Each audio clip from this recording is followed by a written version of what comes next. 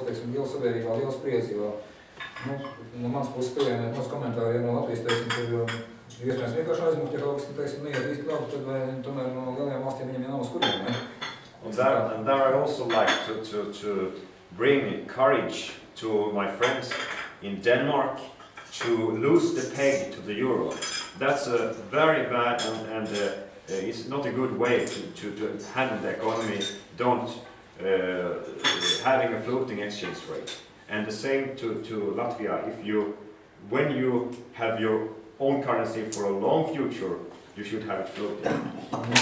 Ilgtermiņa stratēģijā tad arī gan saviem draugiem Dānijā, gan arī Latvijā es vēlos ieteikt to, ka gan Dāņu krona, gan Latvijas ilgtermiņā būtu jāatbrīvo no piesaistes ar eiro, jo ja runa tieši par šo ilgtermiņu, tad šī saistība ar eiro, protams, ka nav jāsaglabā. And don't forget, it's not the Swedish crown now which is strong, it's the euro which is weak. Un es gribu pateikt, ka ne jau pašlaik Zviedrijas krona ir stipra, bet eiro pašlaik ir vājš. And of course, during the time, the highest level of the crown between to lat is now 8.7, and when it was lowered, it was 5.9 cent. To lat. Tātad faktiski zemākajā punktā, kad apmaiņas kurs Zviedrijas kronas pret latu bija 5,9 centīmi par kronu, un tagad tas ir 8,7. So the floating currency is actually not dangerous if you have good economy from the beginning. Un ja jums ir laba ekonomika, tad faktiski jums nav jābaidās no tā, ka jūsu valūta būs tas var paliekšies kurs, un tā ir. Praktiski šeit ir jau 7% diferences, ja? Praktiski tas ir tuvu 30% šī atšķirība, teiksim, apmaiņas kursās par kronu un latu. Un pašlaik, kā jūs minējāt, šis apmaiņas kurs ir ļoti izdevīgs tiem, kam ir kronas, un savukārt neizdevīgs tiem, kuriem ir ar eiro saistīties lats. Paldies. Paldies, jā. Jautājumi. Jā. Ja jums pacēl tad otrā rindā, pirmais, kas pacēl roku, tad rindas kārtībā, demokrātiski. Mēs Latvija kā tāda ir kā, tas tādā, kā teikt, iedomu veidā, ka ir suverenitāte un neatkarība iegūta, bet faktiski tās suverenitātes nav un neatkarības. Jo kādēļ te viss nav? Tāpēc, kad mēs ejam aizņemties pasaules bankām. Un kas, piemēram, ir, vai Zviedri vai Dāņi, piemēram, apzinās, kā teikt, kas ir pasaules valdnieki. Tā varētu. Labi, pajautāsim. Practically, he believes that Latvia doesn't have sovereignty or independence anymore because we are going to all time borrowing money from the banks, international big banks and so on. Yeah? And the question was, do you understand who really runs the world then? Yeah, I understand that it's not Europe who runs the world. The world is much bigger than Europe. Europe is a small part of the world. Tad saprot, ka ne jau Eiropa principā pārvalda pasauli. Eiropa ir tikai ļoti maz daļa no pasaules. So actually the Europe is in crisis because they have chosen the wrong road. Bet Eiropa ir krīze tāpēc, ka viņi ir izvēlējušies nepareizu ceļu. Bet kas īstenībā pasauli pārvalda? Tādas suverēnas valsts jau nav vairs, ja mēs tā iedzinamies iekšā īsti, kā teikt, finansiālajām lietām un tā tālāk, iekš politiskām. Kas ir globālā politika, piemēram? Daudz nezin to, kas ir globālā politika. Mums ir iekšējā politika, ārpolitika, bet kas ir globālā politika? Un ja mēs nezinām, tad mēs esam krīzē, ja?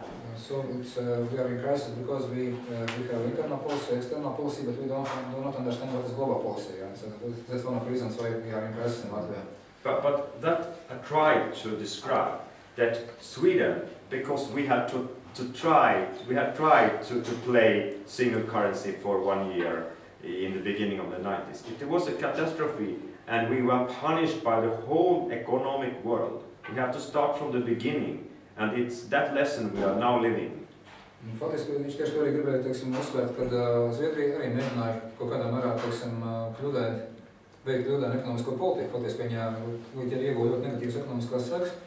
Un pēc tam viņi vienkārši izdarīja ļoti nopietnas secinājumus, un tagad rezultāti ir krietni labāk, teiksim, Zviedrijā. Ja? Zviedrija nesūdzas, teiksim, par daudzām lietām. Ja? During that time, we had bank crisis. We have very, very big close banks, and the stock owners they lost a lot of money. Cilvēki zaudēja daudz naudas, 80. 90. gados bija arī līdzīgi kā pie mums bija banku bankrots, teiksim, viss tas notika, teiksim, bet pēc tam, teiksim, veicot pareizi, teiksim, politiku, tomēr te rezultāti krietni uzlabojās. Ja? Bet es nedzirdēju atbildi, kas gal galā pārvalda pasauli. He's insisting that he... Ja finansiāli mēs ejam aizņemties Amerikas Savienotā valstī, rezervu banka. If we are going borrowing, for instance, from... Yes, for the moment, actually, is people in China and people in Asia, which actually has lots of money. But we know that now that the growth in China is rapidly slowing down. So now, the last 10 years, maybe China, the 10 years before or 25 years before, it was people from Japan, it was from South Korea. But it's still, the world is always changing. Pasaule faktiski ļoti strauji mainās, un teiksim, jāredz arī tas, vai ne, ka iepriekš, piemēram, lielā mērā ekonomiskās lokomotīvas bija tādas valsts kā Japāna, kā Dienvidkoreja, tagad tā lielā mērā ir Ķīna, bet savukārt Ķīnas tas ekonomiskais pieaugums tomēr mūsu puses arī ļoti strauji samazinās, bet, teiksim, tāpat minēt Ameriku, to viss no savas puses pateikšu, viņiem, teiksim, ieteikumi par to, kādā veidā Ķīna pieņem ekonomiskos lēmumus ir ļoti niecīgi, ja? Un tam līdzīgi, tā ka, es pat piedāvātu tā, ka, teiksim, ja mēs gribam neformāli izdiskutēt vai formāli par to, kas pasauli pārvalda, mēs te varam pie kafijas tas darīt, jo principā jūs apmēram zina, teiksim, kas pārvalda. Can I just add also one question? Is that if you are good, it's like this in sport. If you are well trained, if you have you're in good shape, you can manage even if it's tough. In Europe now it's tough. It's very tough in Europe. Then you have to be good. You have solved the problem much better than Greece in Latvia, for example. Keep going. Te ir faktiski, lai Latvijā un Eiropā kopumā situācija varbūt savā ziņā ir analoģija ar sportu, kad ja jūs esat labā formā, teiksim, pat situācija ir ļoti sarežģīta, tad jūs varat tikt galā ar šo situāciju, ja? Bet ja jūs esat labā formā. Un pašlaik Latvija ir tikus galā ar tām problēmām, kas bija daudz labāk nekā Grieķija, teiksim, ja? Un faktiski mēs vienkārši, mums vajag būt jāturpina. Jā, labi, some comment. No, yeah, I just want to add, I think what Lars is saying is really good, and I think the one who owns the world is the ones who own real values, like the sportsman. The one who has real values owns the world, and he can be very little. If he just owns his own home, he is strong. You don't have to be China, and you don't have to be Russia, and you don't have to be United States. You can be Sweden or Denmark and Iceland and Latvia. You can be very small, but if you own real values, and I want to say a little bit more, but perhaps you want to translate that. Tad faktiski ir tā, ka ja jūs esat kaut kādā mazvalsts, tāda kā, teiksim, Dānija vai Latvija vai Islanda, bet jums ir tiešām, jums pieder pašam kaut kā tā savu māju, un jums ir pieder reāls vērtības, tad jūs varat īstenībā ļoti labi aizstāvēt savas pozīcijas. Yeah, because the whole thing with our economic system is that it's built on psychology. When you look at China today, China has a big housing bubble. What is that called in English?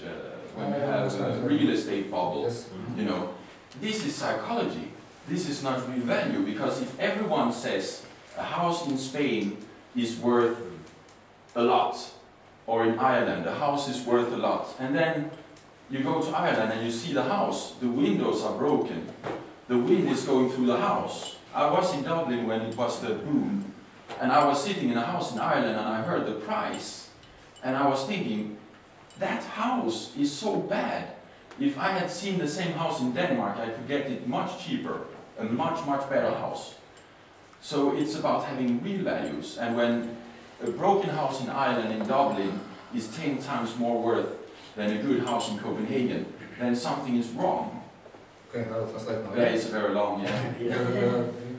Viņš pateica, ka ir būtiski lieta, ka mūsu ekonomika ļoti lielā mērā balstās uz psiholoģijas, un, piemērs tika izmantot šie te nekustamā īpašuma burbuļi, ko gan mēs uzzinām, gan pašlaik šāds burbulis ir lielā mērā vērojams Ķīnā, un viņš tad pieminēja piemēru, kad bija kaut kāds brīdis, kad visi teica, ka mājas Spānijā maksā ļoti dārgi, pat ja viņi nav sevišķi labi, un vai māja, teiksim, Īrijā maksā ļoti dārgi, un, piemēram, viņš minēja piemēru, ka pats ir bijis mājā Īrijā šā te nekustamā īpašuma burbuļa laikā, kad faktiski vējš pūta cauri logiem un visu laiku bija taisni caurvējuši, logi bija salausti.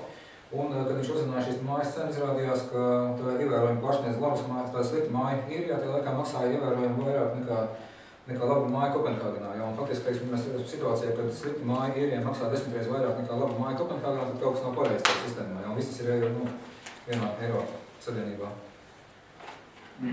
So about having real values is what it's all about. Ļoti būtiski, lai būtu reāls vērtības, jums nevis šeit burbuļi, bet reāls vērtības jūsu rīcībā. And if you start borrowing money for not real values, then you actually let someone else rule you. And that is what Greece and all these countries have done. They went out borrowing. Ir būtiski, ja jūs sākat aizņemties naudu, lai radītu šādas neīstas vērtības, nevis īstas vērtības. Tādā gadījumā patiešām kāds sāk jūs pārvaldīt. Ja jūs neļaujat tādā veidā, tad jūs varat paši sevi pārvaldīt. I must also add that the crisis we had in Sweden, we had almost 80% debt in Sweden, and now is starting to get lower than 30%, and in 10 years it's going to be zero. So the plan is for it. Yeah. The total debt, not for it. Saprotiet, Valūta atļauj, varbūt Neviča kungam siedošu vārdu, viņš tomēr otrais pieteicās, ja, un tad jūs atkal pēc tam varēsiet, tomēr savādāk mums sanāk dialogs te jau.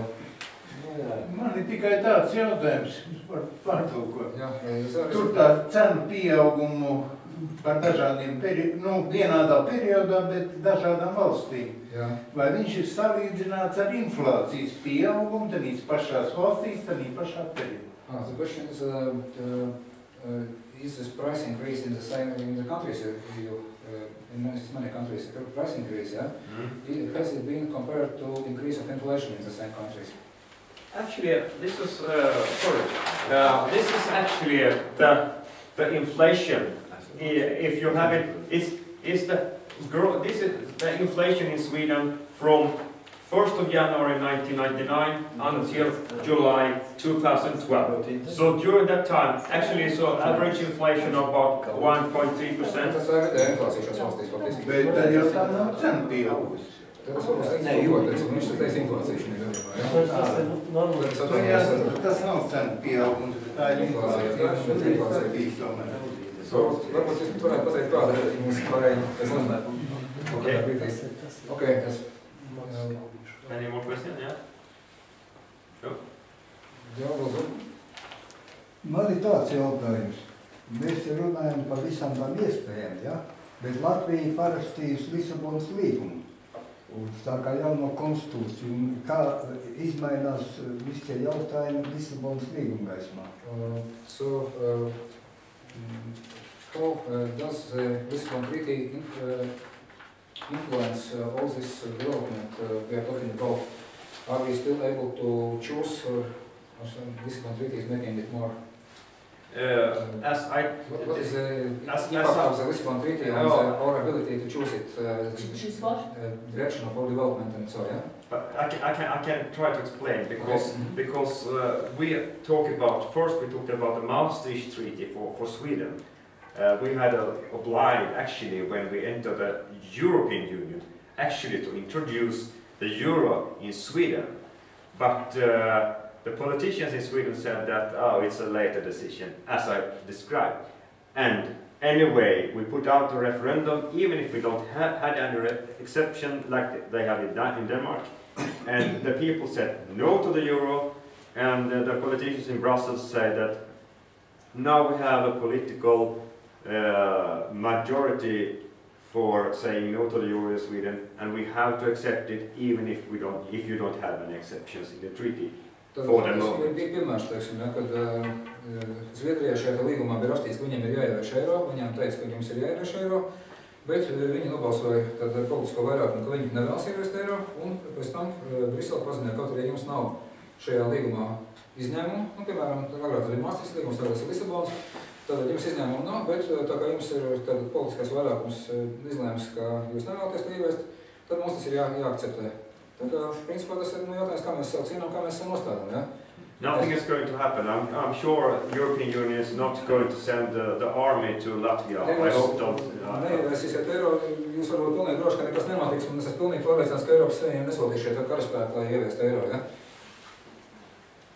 Tā ka varbūt man ir viens pats priekšlikums, teiksim, what do you think? Maybe we can we have ordered at 40 minutes ago coffee break 40 minutes ago, and before coffee is cold, we can maybe use it for 10 minutes or 20 minutes coffee break.